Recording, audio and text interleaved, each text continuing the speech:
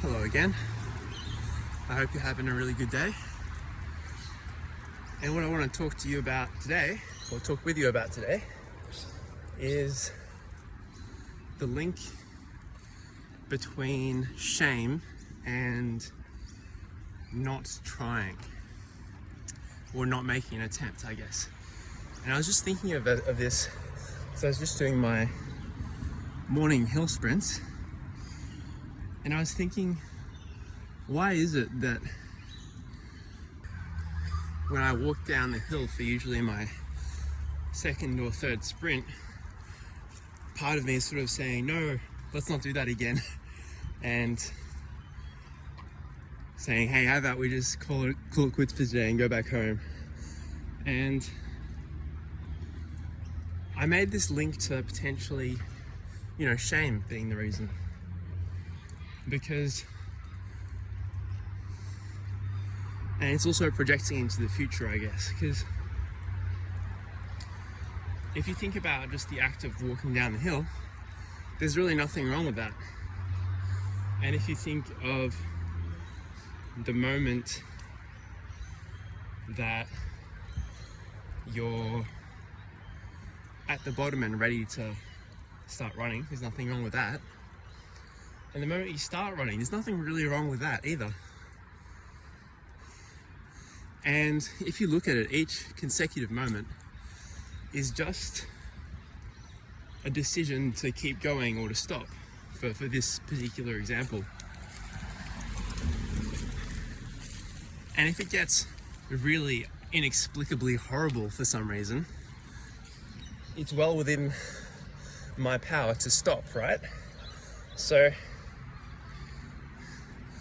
it's really my decision in each moment to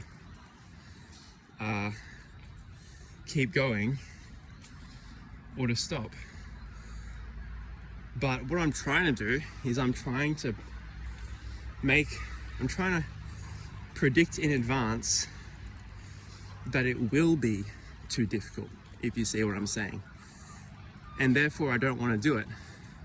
But why would I not want to do it just because it will be too difficult? Because if it gets too difficult, I can just stop, right? And this is where it gets interesting, I guess. Because if I had to break that down, what I'd have to say is there's kind of some backwards thinking involved here, which is like, well, I'd rather not know that I was incapable of that, because that will prove to myself that I'm not capable or that I'm bad or something. So this is kind of the self-fulfilling prophecy of shameful thinking, I guess. Shame-bound thinking. Because there's a certain terror associated with being incapable or not good enough or bad or whatever it is. And so you don't want to do anything that you believe will prove to yourself that you are that. And this way of thinking is based on a shameful identity, because your brain is basically interpreting, or my brain in this case, any failure as proof of something that it already fears to be true, that I am incompetent, incapable, not maybe not athletic, things like that. So the brain's looking for confirmation of that, and it's basically taking any failure as proof of that identity. Now, this is a very narrowing experience, because it kind of, in my case, it would limit me to things that I'm already proficient at, because those things might make me feel a bit better about myself and things like this. But actually, the fact is that failure doesn't prove any of those things that I just mentioned, those shameful identities, so to speak, that I'll never be good enough, never improve, never be competent, self-reliant, all these things. Because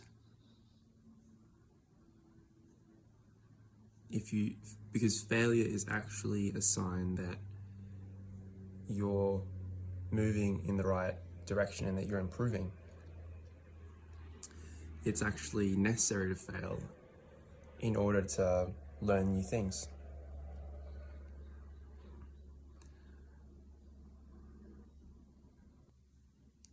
And even if some of these shameful beliefs were true, they still wouldn't be productive. So, for example, let's say that I am genuinely non-athletic. Genetically, somehow, I don't believe this is true, but it's just a hypothetical.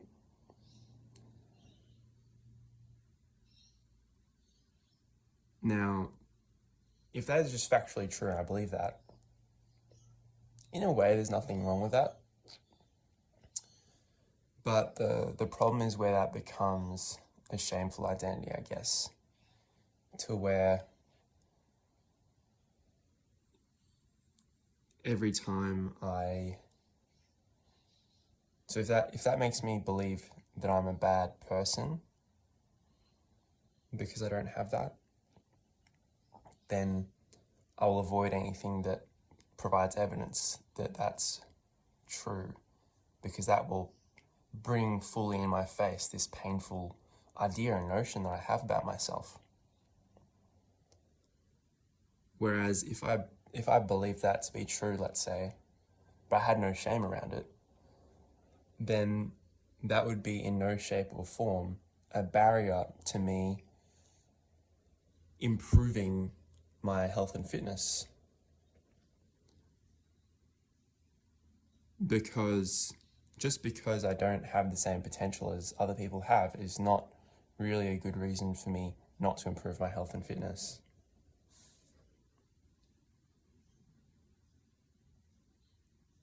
But I think the ironic thing is most of the time these kinds of things aren't really true. Most of the time, if we have these kind of ideas, it's probably more likely because someone else has more experience in some area of life than we do that we're comparing ourselves to.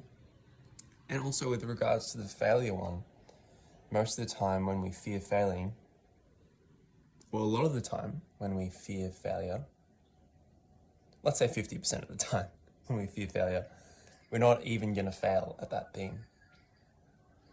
It's just the fear of failure that's getting in our way. Anyway, if you enjoyed this video, be sure to like. If you want to see more videos from me, subscribe to the channel. And I want to share with you an affirmation that I found quite helpful in this area. I got it off a podcast called Calm It Down by Chad Lawson. Really great podcast, really recommend it. Really sweet guy, kind of feels like spending time with a friend or a bit of a father figure. He's an older guy, so would recommend. But the affirmation is, when faced with some kind of challenge that's making you feel anxious or whatever, this affirmation that's helped me at times is, I'm strong, I'm creative, and this challenge is just going to show me how strong and how creative I can be. I'll say that again.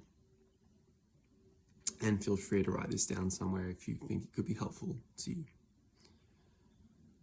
I'm strong, I'm creative, and this challenge, it's just going to show me how strong and how creative I can be.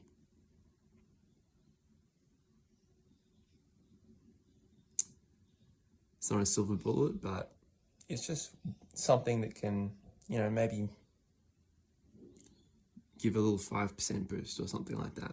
Maybe more in some situations. And yeah, every little thing that helps, I think, is worth it. So take care of yourself, and I hope to see you again. But if not, adios.